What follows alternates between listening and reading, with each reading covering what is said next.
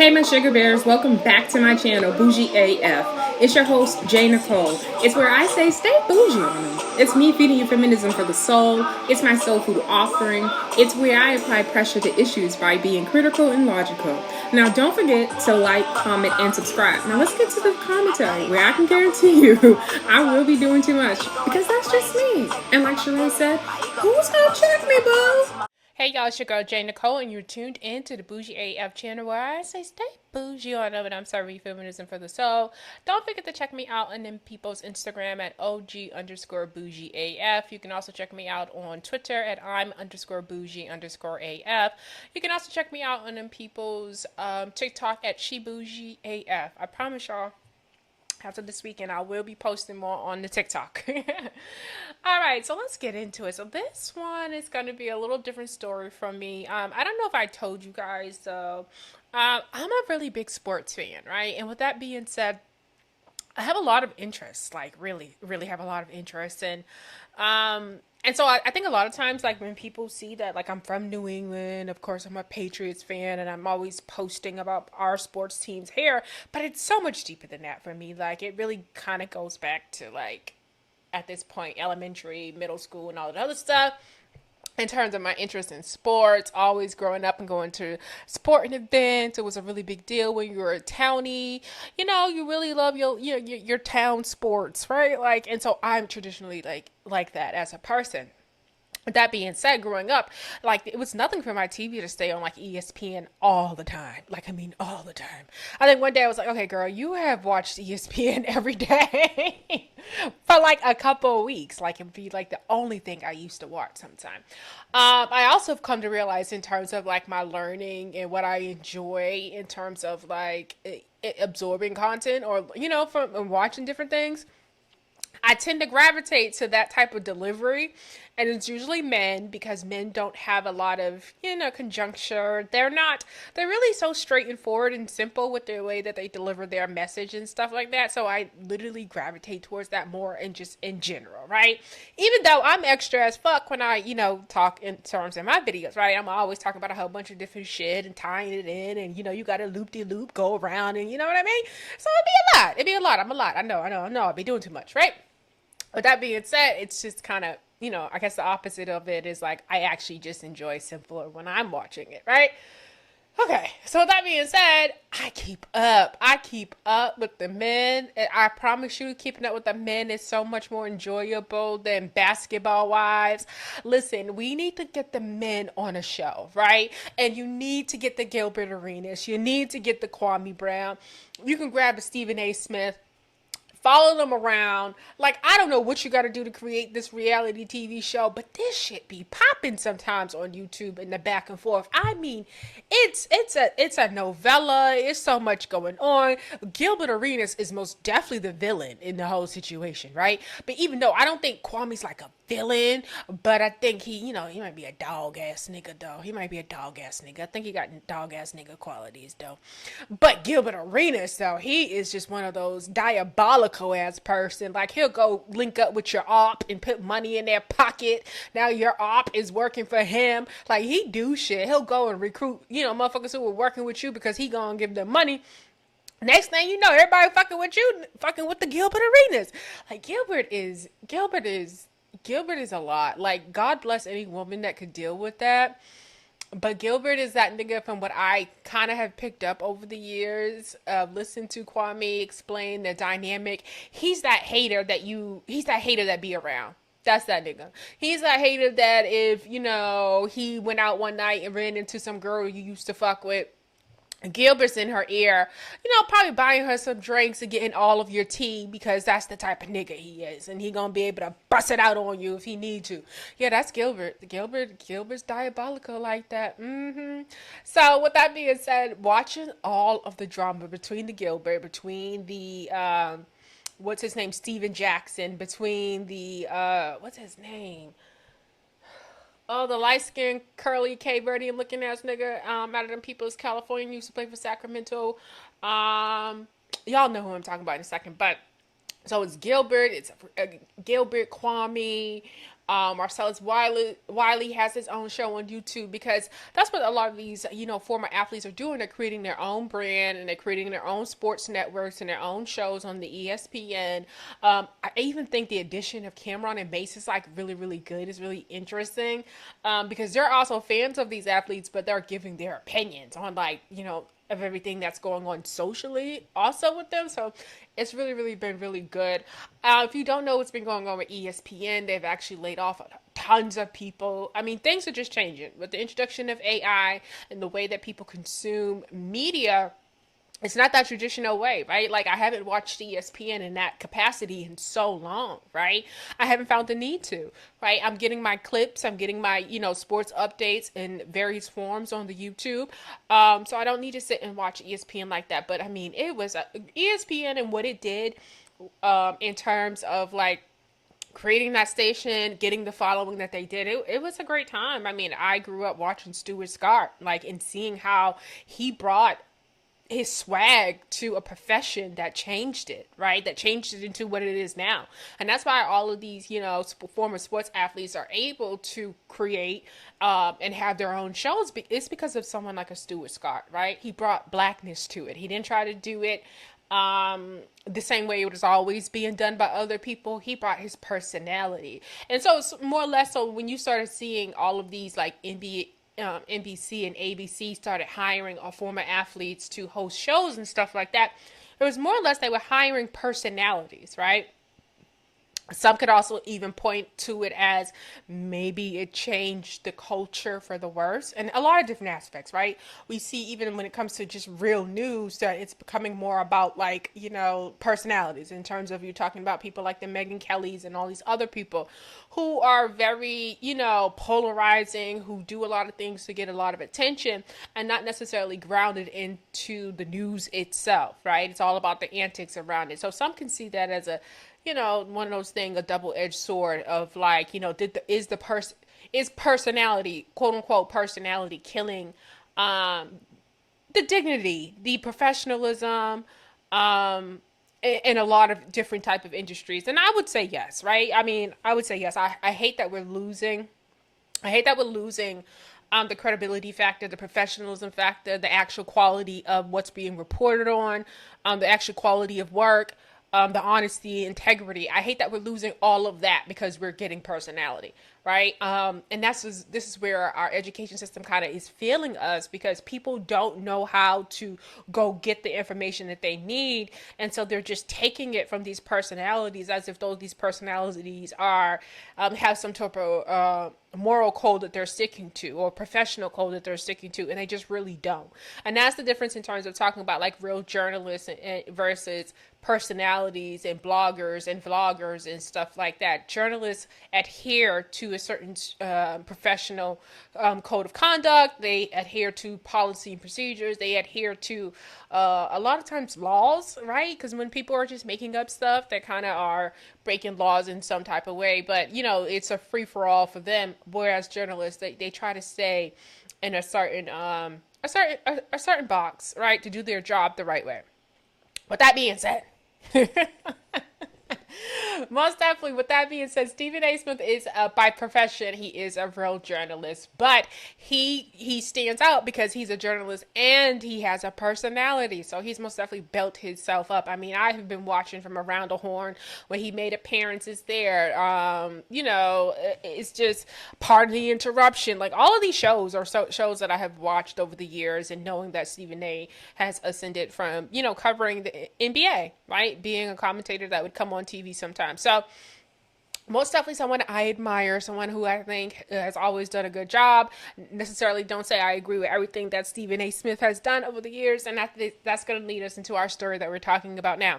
Recently, if you don't know, Stephen A. has came out and apologized to Mr. Kwame Brown for some things he has said over the years. Now, I don't know what type of apology this is. We're going to get into it. But the first way that I can explain like what has been happening, because this was my jish over the COVID, and everybody at home, man, the drama was just everything. Kwame finally, like, he was like a mute for like 20 years, and he finally decided to come out that little box, and he just came out swinging. I mean, Charlemagne got it, I mean, Charlamagne got it. I mean, we found out more about Jessica Nicole Reed and that situation, and Charlamagne being a real creep from them people's monks in South Carolina. You know what I mean?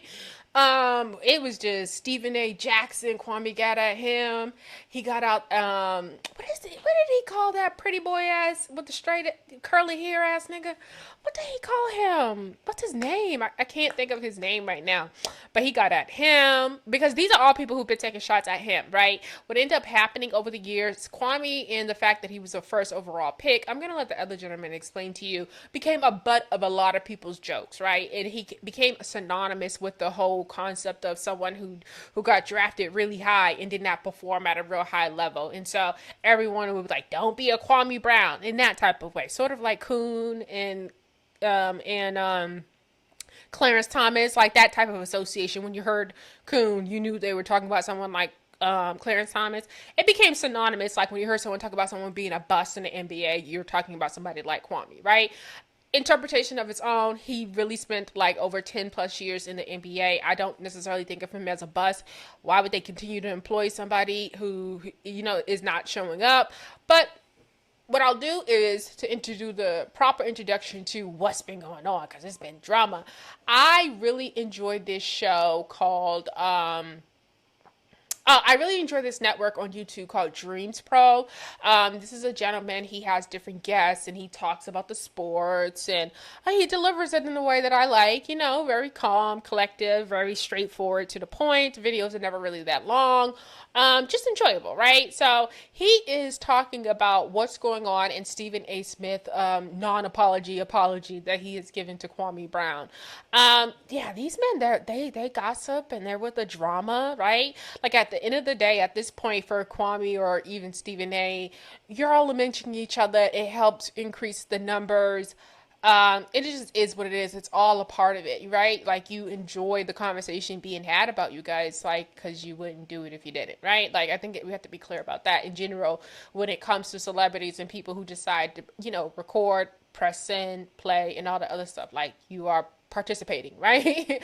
Take your participation away, you won't have people talking about you, like, and that's the point, period, to the blank. All right, so let's get into him, kind of, breaking down a little bit about what Stephen A. is apologizing for. I'm not going to play all of this right now. I'm going to play him introducing and talking about the situation. And then I'm going to cut away and I'm going to play to you guys what Stephen A. Smith did and the behavior that he's apologizing for. Okay, so here we go. Sensitive show here. But before we get into it, please make sure you like the video and subscribe to the channel. Now, this is going to be an interesting one. As you guys know, Stephen A. Smith recently went on the Paul George podcast. Episode is getting a lot of views. And I've just finished watching it in its entirety. And there's so many different parts. I said, okay, we got to cover this thing from a different segment. So anyway, as you guys know, Stephen A. Smith is one to find himself in various contentious situations from time to time. But there was a particular spat that took place between him and former NBA player Kwame Brown that still, is alive to this day and is probably his most contentious beef, at least the one that we know about publicly. What happened?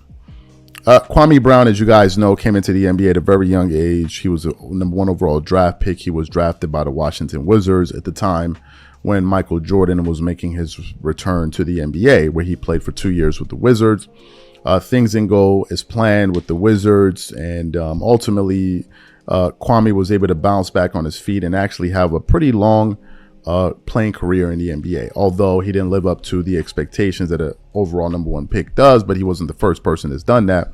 But in terms of his tenure, he did have a successful career in terms of staying in the NBA for over 10 years. I mean, to stay in the league for that long, you got to be doing something right? So that happened. Now, during the 2007 season, the Lakers pulled off a trade. And that trade involved the Memphis Grizzlies getting Pau Gasol. And in the midst of that, they ended up trading away Kwame Brown, who was a Laker at the time. So what happened? They were discussing this trade, and we're not going to play the video because there's no point. But they were discussing this trade on SportsCenter.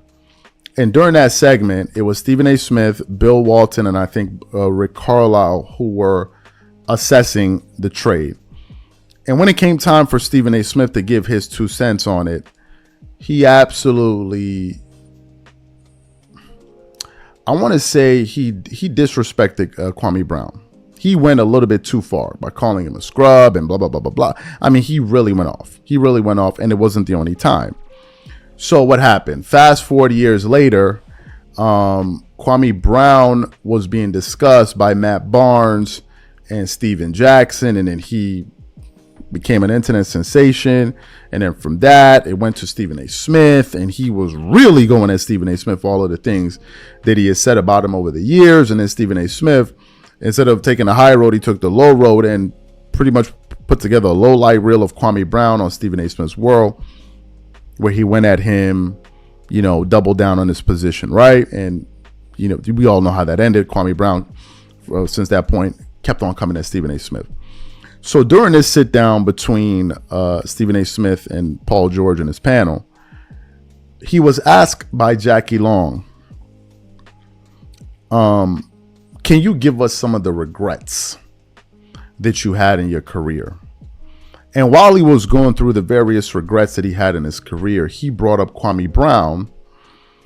And during him talking about Kwame, he kind of apologized to him, or half-hearted apologized to him for what he caused. So what we want to do is we want to play his comments as it pertains to Kwame Brown. It's a little bit long, but I want you guys to listen to it in its entirety. And then we're going to come back and react to what he had to say. So take a listen to that. And he would... All right. So he did the introduction in terms of like him apologizing. So what we're going to do, I'm going to show you what Stephen A. Smith ended up doing in terms of blasting Kwame Brown. He put together this little low life reel about 2 years ago where he highlighted moments from Kwame Brown's career. Now this was really disgusting, and it was disgusting because like you literally could do this for anyone, right? Like you could take 20 games and find, at times where someone missed a pass, missed a layup, and all this other stuff, and presented as them being like the worst, when overall it doesn't speak to like someone's totality of being in the league for 10 plus years. Because if they were as awful as what Stephen A is about to imply, then they probably wouldn't have been able to last that long.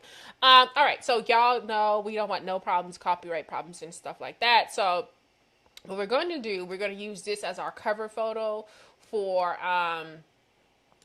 some of the footage, some of the NBA footage that he will be showing.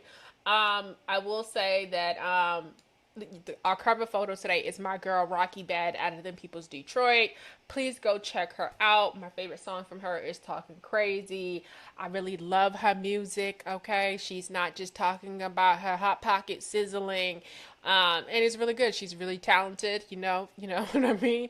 Just a real girl. And I fucks with her. So I think it's extremely important for me to promote those I do fuck with, as much as I'm going to have commentary for the ones I don't fuck with, like a chlamydia red, right? So I want to most definitely shine lights where they need to be shined. And most definitely Rocky Bad is somebody who I think most definitely deserves a chance to be mainstream. So here we go. This is Stephen A. Smith going in, and this is what he's supposed to be apologizing for, like things like this. You got it now. I didn't want to have to do this, but he made me. Look, I don't have a single negative thing to say about Kwame Brown, the person. Nothing personal. Never have. And no one out here has been attacking him personally either. That includes Gilbert Arenas, who did not attack him personally. It includes Steven Jackson, who did not attack him personally. It includes Matt Barnes, who he really got personal about, and Matt Barnes never said a word. Okay, so that's whose name I was looking for, Matt Barnes, right? He really threatened to, jump on Matt Barnes. Like a trampoline, like for real. But this is where Stephen is not being honest, that all of these people he's listing, Charlamagne, Matt Barnes, Stephen A. Jackson, he even mentions Boyce Watkins and stuff like that. All of these people have talked shit about Kwame. Because what ended up happening, Kwame, who stayed quiet for the past 20 years, decided to address Charlamagne, who went on the Breakfast Club and decided to bring up his father, who was in prison for like killing somebody somebody or something allegedly and all this other stuff. Like, really took it to a personal place. I don't know what's up with society nowadays. You speak on me in a certain type of way, that's personal to me. Right? Like, fuck how you defining personal to me. So you want to take this man's career that he has sweat, blood, and tears and poured his heart into, and then turn around and disparage him, and make him look foolish in it, and then be like, it's nothing personal. Like, what? Where, nigga? You from New York, you wouldn't be able to do no shit like that in real fucking life. So when people try to put that little weird ass spin on things, I don't get that. Like, it's very personal. Like, what are you talking about? Like, I showed up and did my best every time. So for me, it's like you're taking shots at me.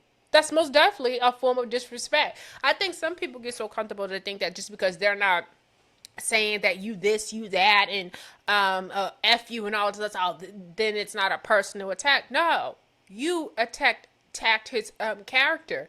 You attacked his workmanship. Like, you attacked this man, and that is most definitely personal. I know sometimes I've heard people say the thing, oh, sometimes when people do something to you, it's not personal. It's not really about you. Like, listen, that shit sound cute, and then therapy sessions and all the other shit you motherfuckers get together and talk around in circles. You do something to personally affect me, right? It's fucking personal. All that other shit is some shit that you gotta go figure out, in a corner, preferably by your fucking self. But once you start doing things to harm other people, that's personal. What we talking about? Like, there's nothing to debate. You did that and caused me some personal harm. Like, what are we talking about? Like, it's really weird how people's, like, thought process around that is. But we're gonna continue to listen to Stephen A. Smith talk, because like I said, if I do a video one day just really talking about Kwame addressing all of these individuals that he's naming, you'll see that he's not telling the truth. And then when it came to Boyce Watkins and all these other people, it felt like some type of like gatekeeper, boule nigga circle shit started to happen, because his numbers was really getting up there. And this is where it says all skin folk and kinfolk. Everybody don't want to see you doing good. But when it was looking like he was, doing good and getting, millions of views and stuff like that, out of the woodwork, certain platforms and certain people on certain platforms wanted to try to make him look like the angry black man. After Charlemagne put all of his family business out there. Listen, if I sat quiet for 20 fucking years, where's that anger? You want to make me seem like I'm unstable, and I didn't sat back and let you take shot after shot after shot, and I said nothing? Now, all of a sudden, I'm the unstable person who has anger issues. I'm the person that's extremely hurt after all of these years because I decided to address it. Fuck you. Call it what you want then. All right. Word. It doesn't include Charlemagne the God either, nor Dr. Boyce Watkins. He didn't say anything bad about Kwame either. Nor did Michael Wilbon deserve Kwame Brown coming at him. But Kwame Brown's been getting personal with everybody these days, talking a whole bunch of smack, saying we don't support black men. Really? Really? Please. The only negative thing anybody ever said about Kwame Brown is that he couldn't play a lick of basketball. Newsflash! That wasn't a lie.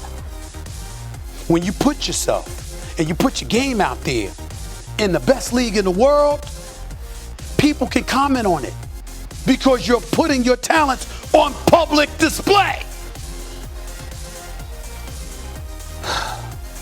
Before I go any further, join me in taking a look at this man.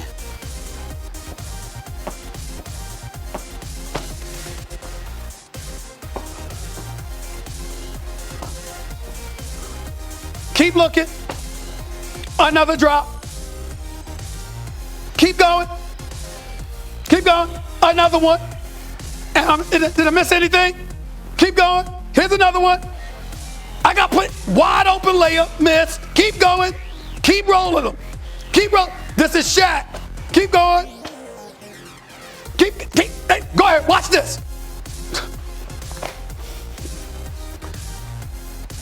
Look at that pass from Steven Jackson, his former teammate. You see? You see that? Here it is again. Another drop. Another air ball in the lane. layup, an air ball layup. Keep going. Keep going. Getting dunked on by Brook Lopez, who can't jump. Look at this right here. Keep going. Keep rolling the tape. Look at that pass. First of all, he traveled. As y'all can see, Stephen A. Smith is one of those extra niggas, right? I told y'all personality, right? Like a lot of personality coming out this nigga, right? He do say the most, right? So just letting y'all know I'm stopping to hear. So y'all see how animated and how like hype he is about, you know, what he's talking about. So just imagine for the last 20 years, you've been sitting back watching this nigga get all hype, talk about you all types of way, dog you in all types of way. And ain't got no type of filter on his mouth, so he talk like how we talk, and it's just like, and then have a nerve to be like, it ain't personal. Like, nigga, it's all the way personal. I'm sorry, it is all the way personal, right? Like, he really put a low light film together for him. Y'all, this is crazy, but I wanted to give you guys an idea of like what he did and what essentially he is supposed to be apologizing for us. I'm going to play a little bit more, but y'all get on the pass before he threw the pass. Keep going. Here we go. Oh my Lord. He's extra as fuck. Keep going. Here we go. 13 years in the NBA. 7 different teams. And I've got an unlimited bank of bloopers for every stop along the way. That was just the short version. I got 15 minutes. I just showed you one. I got 15, and I was just getting started. Kwame Brown made $63.9 million in the NBA. $63.9 million. And he feels slighted. We're taking stuff out of his pocket, $63.9 million to play like that. Averaged 6.6 points per game for his career. As the #1 overall pick, that's the second worst career scoring average for a #1 pick in the last 49 years. Extra, y'all. 13 years of playing like that. Making money for himself and, of course, his family along the way. And he's angry?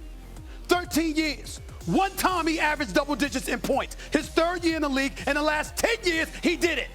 He never averaged more than 7 rebounds per game.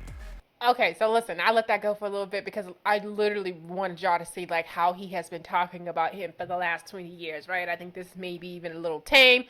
If you let Kwame tell it, it's because this nigga has a hair across his ass because he never was able to get to the level of playing professional basketball, that he washed out pretty early in college, and you know, it's just, yeah, I mean, I'll let Kwame talk about it when I do that video, but he has a lot to say about Stephen A. Smith, too. So, like, when I tell y'all, it's really good and juicy back and forth to see the men, you know, act in a way that they say only women do. It's crazy, y'all. It's crazy.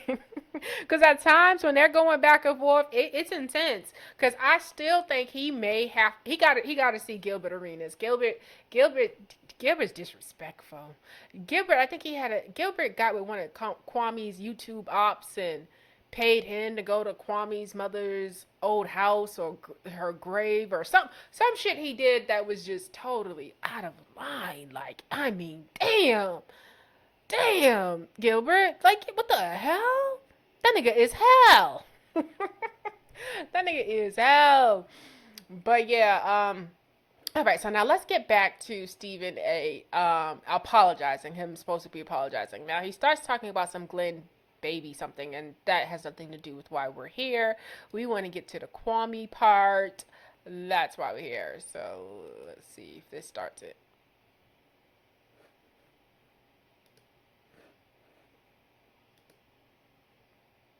With Twitter, Facebook. I didn't know, man. I didn't know all you ever have to worry about. That was one.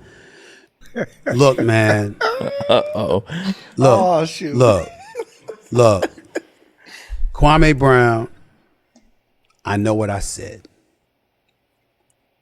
I did mean it. I ain't gonna sit here and tell you I ain't mean the I said. Mm-hmm. but I didn't know it was going to be like this. Don't apologize if you meant it. Like, how you gonna start off an apology? I meant it, but I just didn't know it was gonna last this long. But then you have continued to say shit over the last 2 or 3 years. Like, literally in the last 6 months, I think during the NBA playoffs, he told Kwame that he was like a farmer. Like, he kind of minimized him and was like, you're, the farmer. You know what I mean? Like, he's still talking shit. Like, the share talking shit. So, like, this is so disingenuous, but that's what I wanted to pump. Like, he literally said I meant it. So, what else is there to talk about? I don't take nothing back when I mean it. Right? Like, I don't. I didn't know that. Remember, I said it before Twitter, Facebook. I didn't know, man. I didn't know that 20 years later, 15 years later, they won't have memes and videos. I didn't know, y'all. I really, really didn't, man. And when I see what he says, I realize how hurt he is. And no matter what he said, no matter the bravado, no matter how hardcore he comes at it, I know you don't do stuff like he does from time to time and talk about people unless you hurt. There's no way.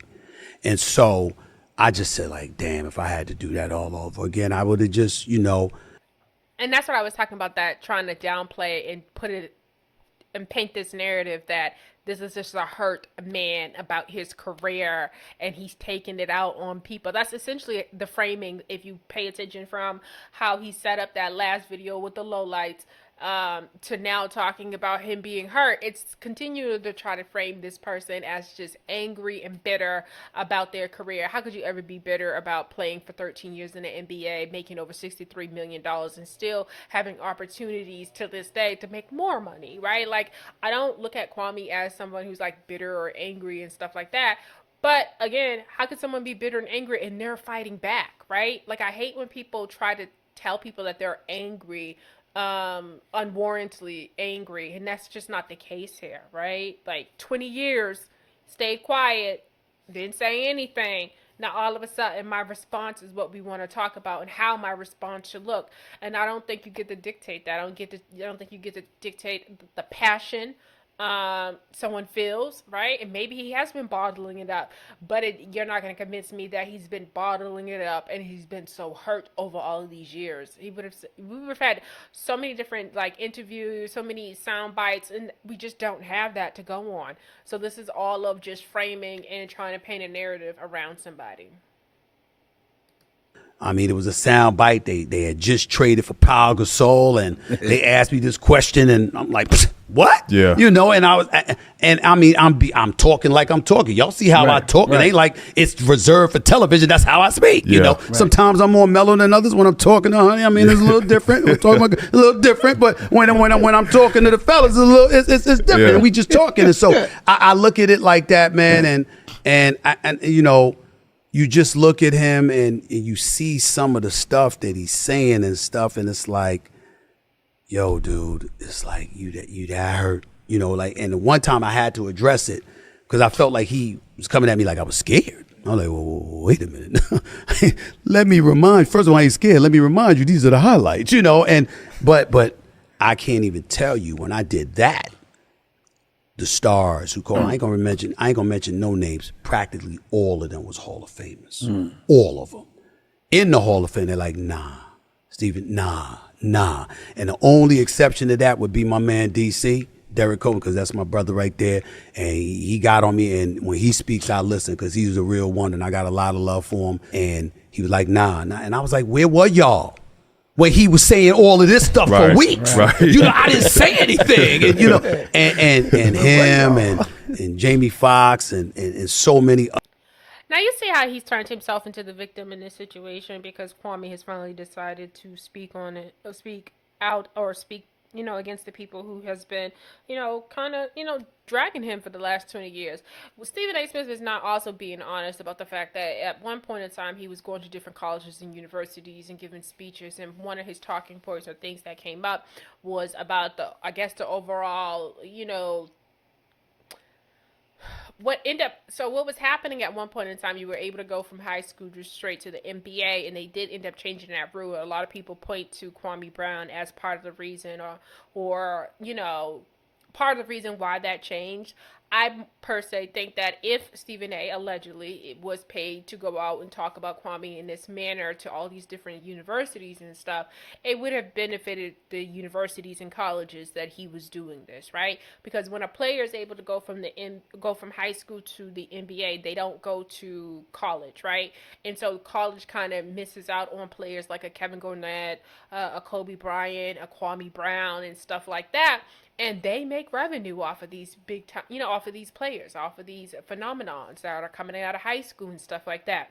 So up until recently, where players are able to make money off their names, they were really able to capture a lot of that revenue for themselves and did not have to share any of that. So they were the ones who benefited from it going back to the fact that you at least have to go, I think, play college ball for 1 or 2 years now. But they're the ones who benefited from that, because players, great players are going to take you to final, have great, the college brackets and all this other stuff, have great, their playoff system. Like, they literally are the ones who benefit from it. That's basically what I'm trying to say. And so, many people, and Kwame feels as though he was paid to do that and use his name and talked about him disparagingly. So as you see this minimizing of, like, trying to minimize Kwame, he's not being truthful about, like, everything he's done over the years. Others, man, and it was like, all right, y'all, I ain't gonna say nothing. They like, we know you ain't scared, we got it. And as I see, some of the clips now and some of the stuff that he says, I just like, go ahead, bro, say what you gotta say. So, I wish I could do that over. I wouldn't do it. I wish I could do Big Dog. I wouldn't do that. So you heard what Stephen A. Smith had to say. Here are my honest thoughts on his comments. He apologized to Kwame, but he didn't seem remorseful. Facts. And there was a bit of confusion in what he had to say. He said that he meant every word that he said, but if he could do it over, he wouldn't say it. So where's the apology in that? Facts. The apology would be, I regret saying what I said, and I wish I didn't say it. Full stop. But to say I meant every word that I said, but I wish I didn't say it, then where's the apology in that? Now, technically he apologized, but he still doubled down. And what I can see coming from this is a Kwame Brown, who I don't know, hearing what Stephen A. Smith said and being like, man, screw you. Screw you. Because you didn't really apologize to me. You're still holding on to your position. And if you feel this way that you feel now, why did you go out there and make the highlight reel or the low light reel of me on Stephen A. Smith's World where you double down on me? And by the way, that video, last time I checked, when I searched it, believe it or not, that video has about 1.7 million views when it was published. Yeah, I totally agree with him. Like, it has 1.7 million views. I originally seen this video not on YouTube. I originally seen the low light video on Facebook, and I had saved it all the way back then, and I wanted to talk about it. So because this beef came about again, and they're like, at this point, mortal enemies. I was like, okay, let's talk about it. Because at this point, they're like the X-Men versus like the villains at this point. Like, it's just really complicated. There's a lot going on. So many moving parts to like all the back and forth that goes on in the sports sector. The sports drama sector. That's what I'm going to call it, right? Sports drama sector. There's so much that be going on. So it's really, really interesting, right? I already said Gilbert and Kwame are like X-Men. It's like Professor X and Magneto. Like, they're really up there with just like, they they don't like each other. Like, it's really, really bad. I think Kwame's brothers have been dragged into it because how Gilbert talks about them. He's exposed personal family information about Kwame. Like, it's just like, it's a lot, y'all. It is a lot.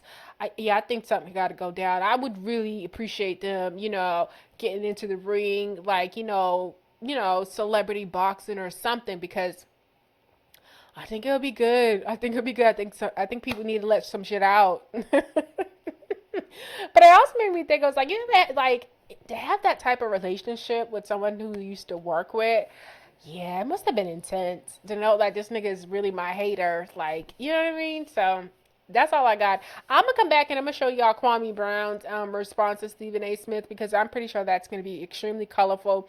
Stephen A. Smith, he still stays in the box of professionalism because of, having his own show, and so he can't jump out and say F you motherfucker and all this other stuff. Whereas, Kwame Brown don't have them type of restraints on him. He really, he give it up like, we at home and folks getting into it. He really give it up like that. So yeah, it should be interesting. I'm looking forward to. I might find some other clips of him addressing Matt Barnes, Stephen Jackson. Who else did he have to address that was talking? Oh, and Gilbert Arenas. That should be so fucking funny.